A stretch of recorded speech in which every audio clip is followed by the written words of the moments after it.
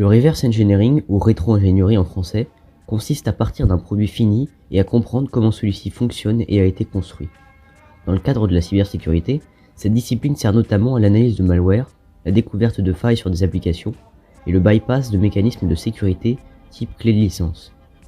Pour comprendre comment reverse une application, on va déjà voir comment elles sont utilisées et créées pour fonctionner sur ordinateur.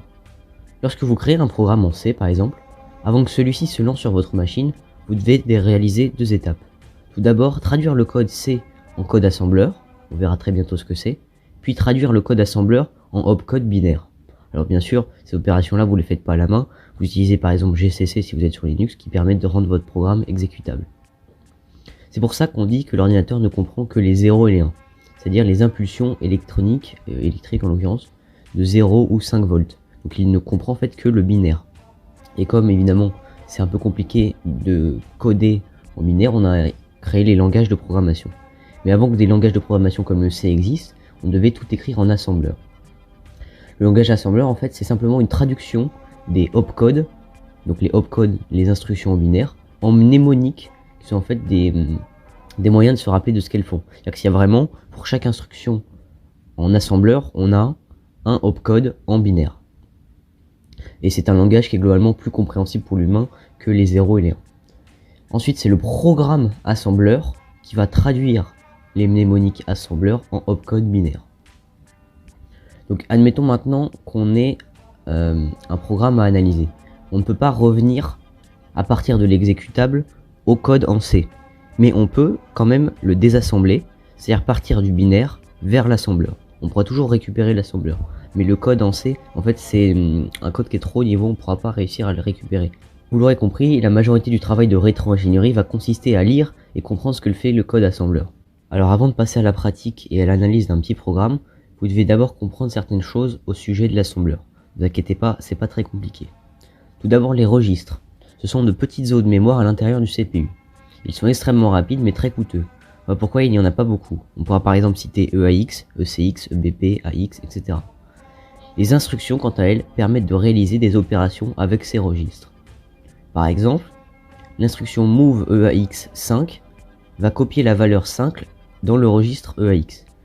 Ensuite, l'instruction move ECX EAX va copier la variable contenue dans EAX dans ECX, et donc ECX vaudra 5.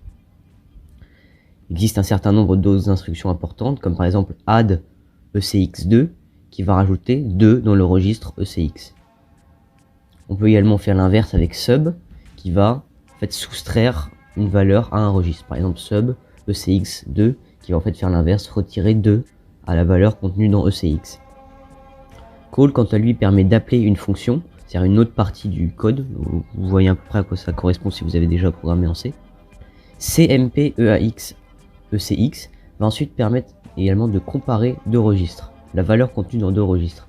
Le programme va sûrement réaliser en fait des actions en fonction du résultat, par exemple via un saut conditionnel. Donc c'est-à-dire que on va comparer l'égalité entre les deux variables. Et par exemple on peut utiliser le saut JE, donc jump if equal, qui va sauter à une partie du code différente si les deux valeurs testées sont égales. Voilà, par exemple, si on fait CMP EAX ECX, en l'occurrence les deux variables sont égales, et donc on va pouvoir faire un JE vers une autre adresse de code assembleur à exécuter. Voilà, donc il y a plein d'autres instructions, mais c'est celles-ci qui reviennent le plus souvent globalement. On va maintenant passer à la pratique avec un petit crackme que j'ai réalisé pour l'occasion.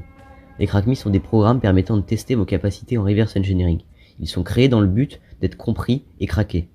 Alors voici en quoi consiste notre programme.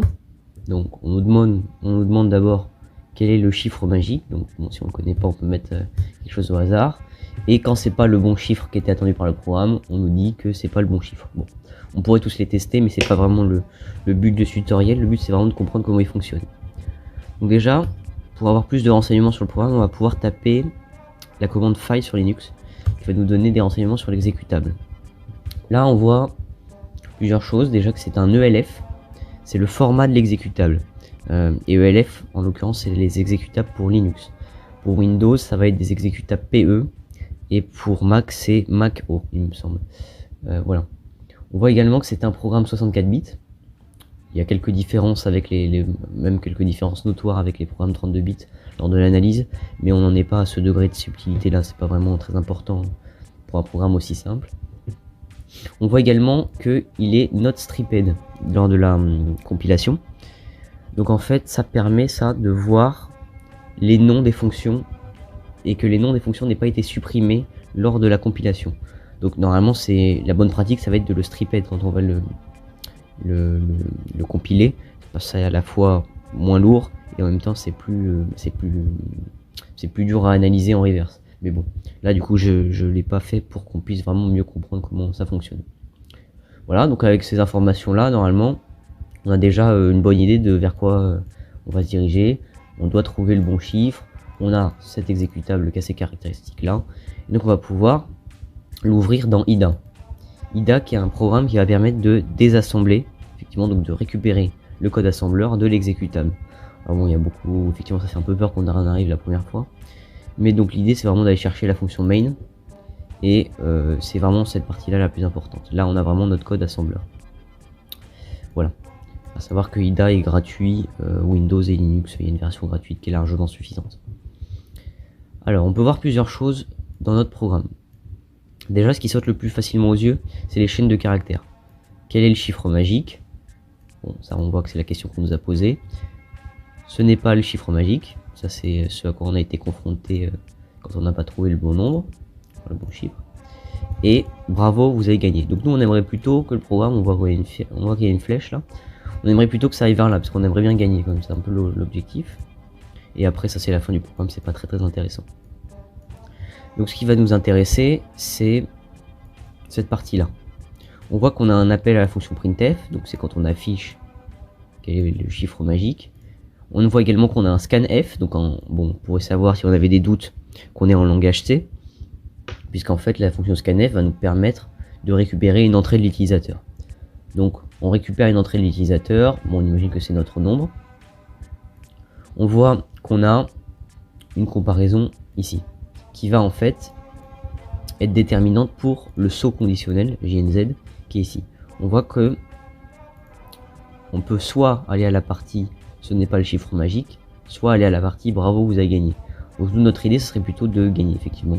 Donc quelle est la comparaison qui est effectuée? On voit que c'est une comparaison entre EAX et 5. D'accord? Donc la variable contenue dans EAX est 5. Qu'est-ce que la variable contenue dans EAX?